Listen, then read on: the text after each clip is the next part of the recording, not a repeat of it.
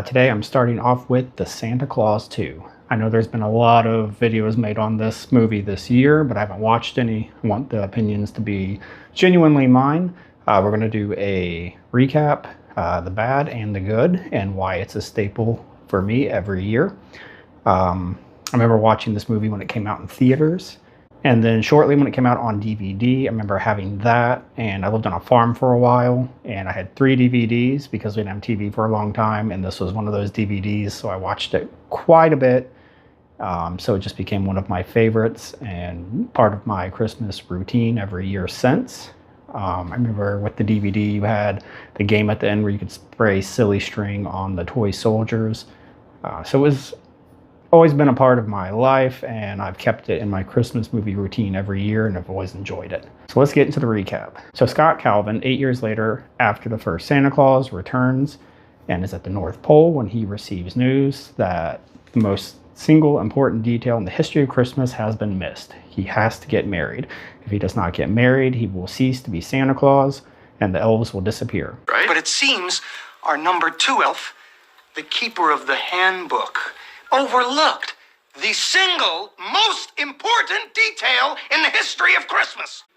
I gotta get married. At the same time, he finds out that Charlie, his son, is on the naughty list. He then meets with the Council of Legendary Figures and tells them that he's going to stop being Santa if he doesn't find a wife, and that Charlie's on the naughty list, to which they're all surprised. Scott decides he has to leave and go home to take care of Charlie and find a wife at the same time, so he gets with Curtis and Bernard to come up with a plan for the elves to not know he's gone. They come up with the idea of creating a toy Santa to run things while he is at the North Pole. Santa then goes back home, taking Comet with him to help Charlie and hopefully find a new wife. While he's there, he runs into Charlie's principal, Principal Newman, who has no Christmas spirit and a heart of stone, who Charlie really doesn't like, and is kind of the reason he's been acting out is that his school does not have Christmas spirit. During this time, Scott is trying to help Charlie, who continues to rebel. He slowly starts getting closer to Principal Newman, and then he slowly starts to woo her, and when Charlie finds out, he's very upset, causing more rifts between the family. The toy Santa begins taking over the North Pole because he takes the rules very literally and believes the whole world should get coal and that all children are bad. Curtis then comes to the real world to tell Scott what is happening. Scott then has to find a plan to get back to the North Pole, but he has run out of magic, and Comet has eaten too much candy and he cannot fly back on Comet. They then enlist the help of the Tooth Fairy to get them back to the North Pole. During this time, Carol believes Scott has pushed her away by telling her that he is Santa Claus when she opened up to him about past hurt. Charlie then convinces Carol that Scott is not lying, that he is actually Santa, and she flies to the North Pole with Charlie, where there's a giant fight between Toy Santa and the toy soldiers that he created. Scott then saves Christmas, marries Carol, and continues to be Santa Claus. I'm sure you can find a better synopsis than that, but that's what we'll go with for now. So let's go with the bad. 8 years later, kind of an odd storyline to go with, starting from the beginning. Doesn't really make sense that in 8 years, this guy's been Santa Claus. Not one elf has noticed or said, hey, you haven't gotten married.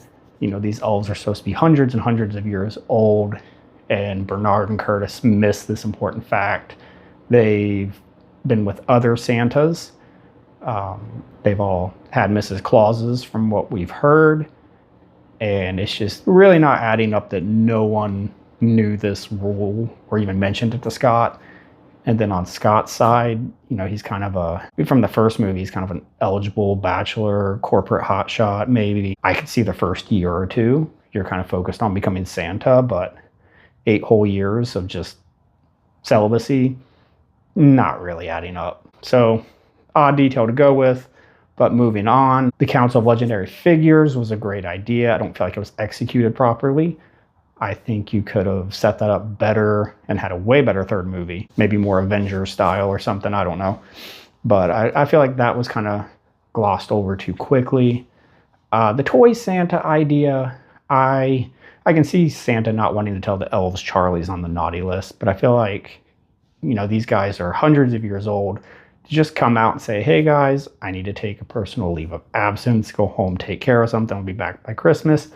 Probably wouldn't have been a big deal. Left Bernard in charge. Going back home, he's given a watch with a magic meter on it. Not sure where that came from. That brings up a lot of questions. does Santa have only so much magic he can use while he's in the real world? Why didn't Scott have to obey that when he first became Santa in the first movie? Is the magic in the bag? Is the magic through him? That's not really explained. This watch idea, I get, was there to create tension, but it just didn't really make sense. And then his use of the magic is trying to get Carol to fall in love with him. And then towards the end, he finally gets her at the school party to kiss him. And he uses his last point of magic to create a mistletoe over them. When she's already leaning in for the kiss, you already had it. So why use the last bit of magic? I just felt like that was kind of sloppy. And then going back to the North Pole, Curtis comes in and says, you have to get back. Scott says, I'm out of magic, I can't. Curtis says, but you rode in on Comet. And they can't get back because of Comet because he ate too much chocolate. So why did you ride in on Comet in the first place?